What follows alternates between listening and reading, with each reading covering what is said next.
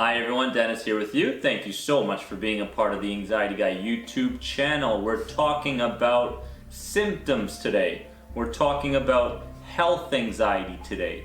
We're talking about panic attacks today. But most importantly, I get this question all the time, Dennis, can you please share some of the symptoms you've experienced in the past? And I want to know if I have the same symptoms as you, Dennis. I want to know what you link those things to, what kind of fears you had. So I want to dive a bit deeper into the symptoms of anxiety that I had, and maybe you can relate. And if you can relate, I'd love to hear you below in the comment section. Leave a comment. Now, I truly want you guys to understand something first though. And this went a long way towards my recovery, and that is that fear that is learned is no different than anything else that you've learned in your life. Okay? So if you fear a situation, if you fear a person, if you fear an event, right? If you fear something that is causing your symptoms, it's important to understand that that is learned, that is conditioned within you. And as much as it's conditioned within you, it can be unlearned. It can be replaced with something else. So I truly want you guys to understand that from a deep point of view. Understand that the unconscious mind waits for the conscious mind to do something with a feeling, right? So when you feel something, that's basically your unconscious mind, your core beliefs telling you that you need to deal with something, okay?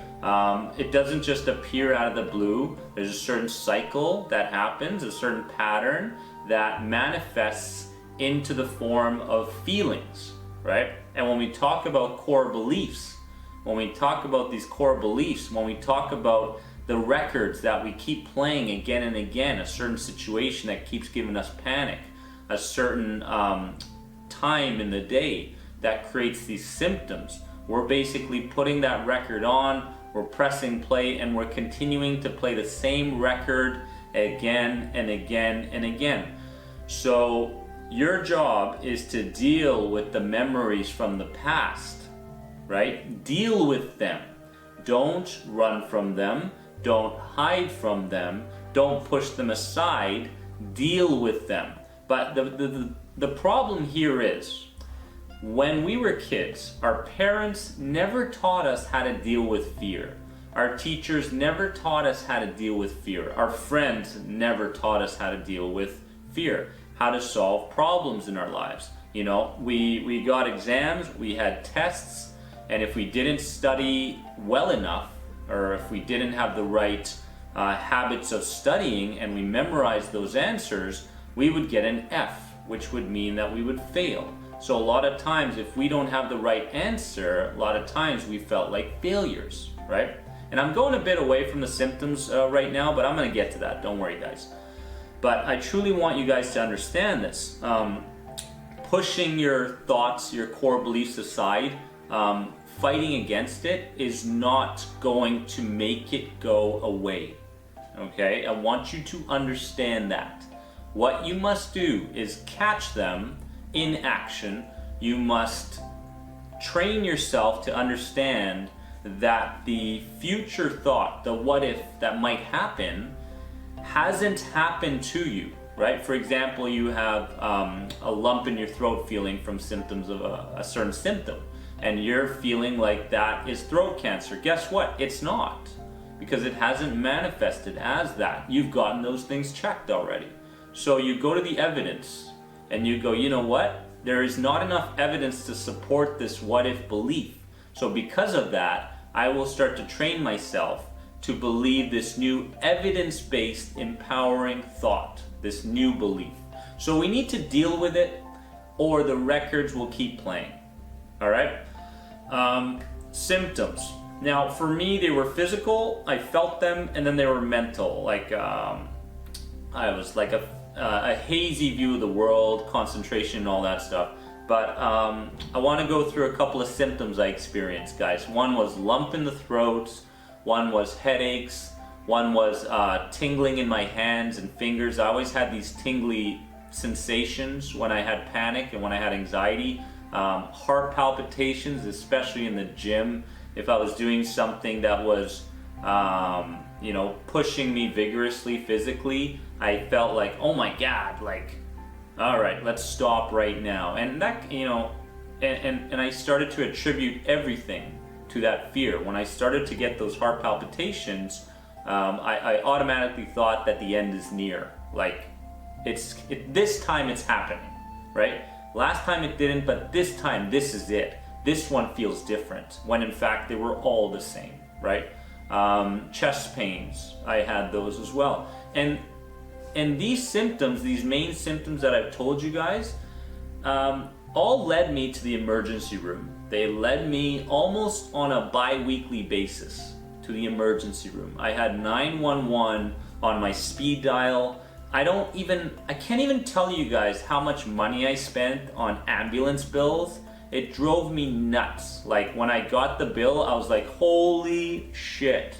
Like, I have to spend another $400 because this ambulance came around, and did what they needed to do, checked me out, told me that it's panic, told me that it's anxiety, and then sometimes I would just go about my day, or they would drive me to the emergency room, and then they do some tests, they give me some Ativan to calm me down, whatever, and then I would leave the emergency room like, thank you God for making this one not the one, right? So keeping me alive. I swear I thought that this was the one.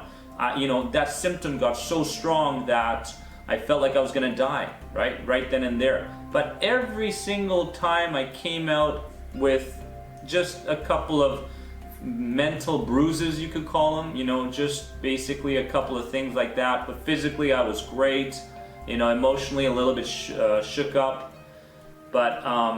But yeah, it was just a certain cycle over and over again. Some of the other symptoms I had, guys, were focusing. I had a really difficult time focusing on something. It was almost like I was seeing two things, like double vision, sometimes even triple vision, when I really felt like I was anxious, right? Memory. I felt like my short-term memory wasn't very good, and I had no long-term memory whatsoever. Dizziness. I always felt like I was unstable, like being on a rocky boat, and the water's just like, yeah. And then slowness. I was so slow. And I want to tell you guys something. Oh, and foggy view. I was really foggy. Yeah. You know what I'm talking about. But I want you guys to understand something. I always went into this cycle like, okay, if I don't have any emotions, if I don't have any thoughts, maybe my panic won't arrive today, right? I don't know if you've had that, so shoot me a comment below if you've had this. It's really strange. It's like you almost turn your feelings completely off, right? And it's like, even if it's a good feeling, because the good feelings tend to bring up heart palpitations, for me at least, tend to bring up headaches, tend to bring up lump in the throats. It almost felt like that lump in the throat feeling was like watching a movie, like a dramatic movie, like, I'm crying, I'm in the movie theater, that feeling there. That's what it was 24 hours a day. So yeah, I was just slow as heck. And basically I said, you know what, I'm not gonna think anymore, I'm not gonna have any more emotions, I'm not gonna get too caught up in an event, even if it's a good thing, right? I just shut myself off from the world. And I shut myself off from myself. I became numb, I became like this zombie, and that's like a dead man walking. I was existing, like here I go, the same routine every day, shut the emotions off so we don't have panic. But I realized quickly that's not the way to live. It's not. It wasn't in line with my true meta programs, my personality, my behaviors, my values. My beliefs were a little bit, out of sync, but I felt like I could do this, right? My thought processes, I knew I could change those things eventually. But the links in my head as we go towards the symptoms again were heart palpitations were a sign of a heart attack. The lump in the throat was a sign of throat cancer, and the headache was a sign of a brain tumor. And I did MRIs, I did CT scans, I did numerous blood tests. I mean, the amount of check marks, you know those sheets where the doctor prescribes something and you got to go and get some radiation done, you got to get an x-ray or whatever it is, or you got to get blood tests. I had like a million check marks, and like the lady was looking at this like, weren't you here like 2 weeks ago and you did this test already? I was like, yes, but this time it's different. She's like, no, this time it's not different. And what happened was, dizziness also was a sign that I was gonna faint, right? Dizziness was fainting, and memory was dementia. So those were the links I made to my symptoms, right? And when it was dementia, I was like, okay, let's go on Google, and let's see how we can deal with dementia. I was basically diagnosing myself, I was a doctor, right? And things were just rolling out of control. So basically what happened was I attributed this gut thinking to being real facts, right? So when I got a feeling in my gut, I was like, okay, oh my God, that's a true thing right there. That feeling means that this is going to happen, when in fact it never did happen. It never manifested in the catastrophic way that I thought it would. And let me know if you guys dealt with this as well. But what I had to do was I had to change something, right? These symptoms were overtaking my life. So there was an old outlook and there was a new outlook. The old outlook was that I needed something fast. And I remember buying books. I don't know if you've ever done this, like buy an anxiety book or buy a CBT or NLP book, and basically reading maybe the first 4 or 5 pages, and then your subconscious mind going, hey you up there, hey, you got to deal with this stuff. Hey, I'm gonna throw this stuff at you right here. Here's more feelings. Here, have this, right? And I was like, oh, pushing it down. I don't want to deal with it right now, right? When in fact, if we don't deal with it, it's always going to come back. So the old thinking was I needed a fast change, right? I needed to read that sentence in a book. I needed to talk to someone that would give me a tip, right? And tips suck. Like, tips absolutely suck. I hate tips. Don't ask me for a tip, guys.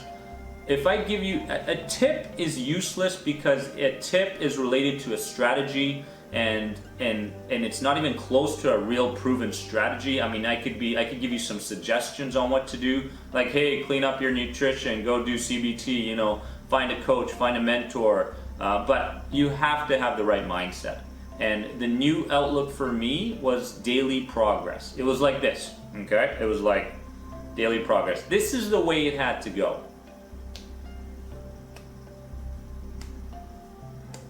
And then this happened. Then this happened. I had a choice here, but I decided to do this. Right? So you can see in the pattern that setbacks are inevitable. Setbacks are inevitable. Patience is a superpower, and patience is something that you need to train. Look at an area of your life and go, you know what? I was so patient there. I made the right decisions. I handled the situation so well here, right? And the problem is when we start to feel really good in 3-4 days with health anxiety sufferers, we go, I'm free, I'm done, right? But next thing you know, your subconscious mind goes, no, hey, mister, you haven't dealt with this stuff yet, right? So it shoves it back up to you, it manifests as feelings, you feel it as symptoms, you start to get the hazy view of the world, and you go, oh, the symptoms are what I have to deal with. No, screw the symptoms. Deal with the underlying issue, right? What is the underlying issue that's causing the symptoms, right? So I had to change my old outlook from fast change to daily progress. I had to, right? I had to build one brick on top of another, but in the meantime, I needed to understand that if a setback happened, I could deal with it, It's a setback. And the other thing is that I needed to break this pattern of rumination, just ruminating over and over a thought. You know, this thought, over and over. Whether I was talking to someone, I had that thought lingering in my mind. Whether I was doing work, I had that thought lingering in my mind. Rumination is something that crushes people with health anxiety. And it's something that you need to deal with. It's like we said earlier, it's like a broken record, right? And what I did was I said, you know what? The mind and the body are not two separate things.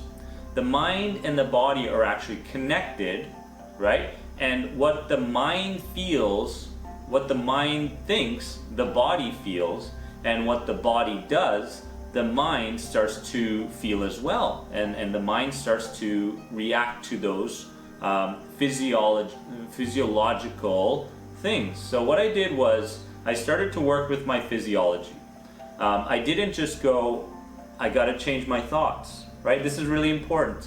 Changing your thought patterns are important, but you can also do this another way, you know, and you can go, you know what, when I was feeling really good, that moment when I got that thing I truly wanted in my life, I worked hard for it and I finally achieved it, you know, what did your body look like, right? For me, it was like my shoulders were back, my posture was excellent, my breathing pattern was slow, I felt super confident, I felt like I could take over the world. A lot of times when we change our physiology, we tend to change the thought patterns in our minds, right? We tend to feel a lot better about a situation, and we start to train ourselves due to the physiology that we've trained and that we've changed. So I truly want you guys to understand that catastrophizing, mind reading, and you know, looking at your gut feelings as being facts are all just negative automatic thoughts that happen to people with health anxiety. They're very normal, right? Symptoms of anxiety are very normal, right? And it's up to you whether you want to deal with them, or whether you want to go on forums and chats and talk to people that are dealing with the same stuff as you to get that warm and fuzzy feeling deep down. I understand it's hard. It's not easy, right? I understand. But you have a choice, right? You can either deal with this shit, right? Or you can just keep pushing it down, right? Get it away from me, right? What is the underlying thing? What are the feelings trying to tell you? That's what I want you guys to take from this video. I'll see you guys in the next video. I love you guys. Head over to Twitter. I'm on there at _anxiety_guy, right? And if you're on Twitter, I'd love to start a convo with you as well. Remember, you are more than anxiety. See you guys in the next video.